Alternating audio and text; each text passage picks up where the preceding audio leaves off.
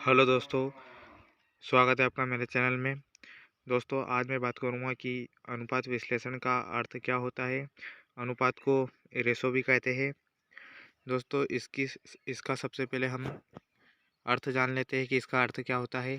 ये BCom exam में पूछा जाता है। तो इसका अर्थ जान लेते हैं कि अनुपात विश्लेषण से तात्पर्य वित्तीय विवरणों की मदों के बीच संबंध स्थापित करके व्यवसाय के वित्तीय विश्लेषण से होता है। यहाँ पर वित्तीय का मतलब होता है पैसों से, कि जो भी पैसे संबंधी मंदे मतलब जो भी है जानकारी, उनके बीच संबंध स्थापित करके व्यवसाय के वित्तीय विश्लेषण से होता है। इसके अंतर्गत निर्धारित उद्देश्य के अनुरूप वित्तीय विवरणों की किन्हीं दो या अधिक मंदों के मध्य अनुपात ज्ञात करके एक निश्चित निष्कर्ष पर पहुंचा जाता है। दोस्तों, बिजनेस में दो दो वित्तीय मंदों मतलब जैसे कि मान लीजिए कि ए, अ, एक साल में किसी बिजनेसमैन को 20,000 का प्रॉफिट हुआ है और दूसरे साल में उसे 40,000 का प्रॉफिट होता है, तो उन दोनों के बीच में उसे और रेशो में कन्वर्ट करना होता है। तो उसमें जैसे 20,000 का 2 रेशो आ जाता है और 40,000 का 4 रेशो आ जाता है। तो इसमें दोनों को अम, उनको आपस में संबंध स्थापित किया जाता है। तो इसका अनुपात हो जाता है 2/4। अब यहाँ पर हम और जान लेते हैं इसके बारे में किंतु उनमें से केवल कुछ ही हमारे उद्देश्य के लिए सहायक होते हैं। अनुपातों की स्थिति के अनुसार उचित चुनाव करना तथा उन्हें सही स्वरूप में रखना ही अनुपात विश्लेषण की प्रधानता है। और अब इसके हम उद्देश्य, महत्व, उपयोगिता जान लेते हैं। दोस्तों, इसका पहला उद्देश्य है व्यावसायिक कुशलता का मूल्यांकन।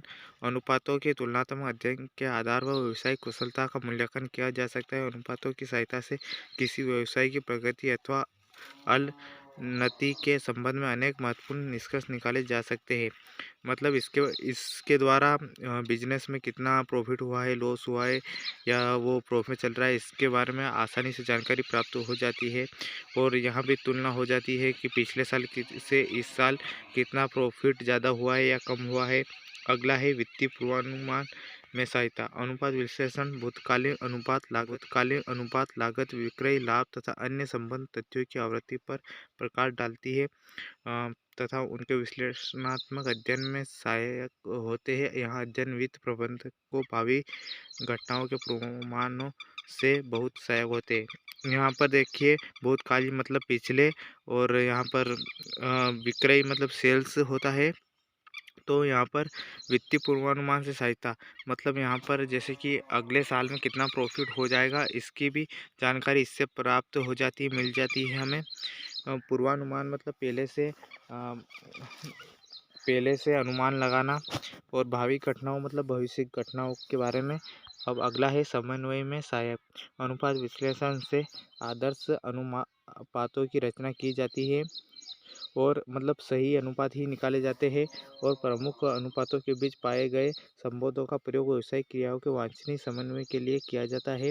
इसका मतलब यहाँ होता है कि जो भी प्रॉफिट या लॉस के जो भी रेशो निकाले जाते हैं 2 वर्ष के वित्तीय विवरणों से, विवरणों में मतलब प्रॉफिट लॉस अकाउंट और चिट्ठा ये सब आ जाते हैं। उन दोनों के मध्य कंपैरिजन किया जाता है कि किस में ज़्यादा प्रॉफिट हुआ है, किस साल में, किस में कम, और उसे रेशो में कन्वर्ट किया जाता है। तो इससे समन्वय मतलब आपस में तालमेल बैठाया जाता है, और इससे व्यावसायिक क्रिया के वांछनीय समन्वय के लिए किया जाता है।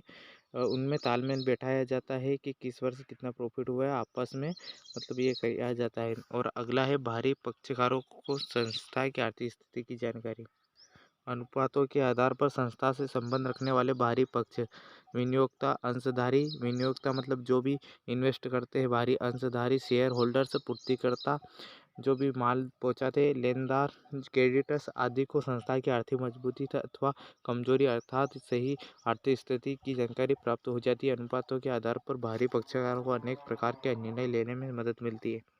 यहाँ पर ये इस पॉइंट में ये बता रहा है कि जो बाहरी इन्वेस्टर होते हैं, जो कंपनी में इन्वेस्ट करते हैं, जो शेयर होल्डर और जो भी माल की पूर्ति करते हैं और जो लोन देते हैं, उनको भी इस विवरण या वित्तीय विवरण को देखने के बाद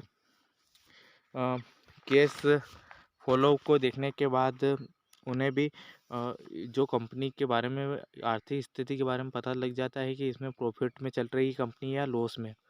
तो फ्रेंड्स, आशा करता हूँ कि आपको ये क्वेश्चन समझ में आया होगा। अगर समझ में आया है तो please like and subscribe my channel.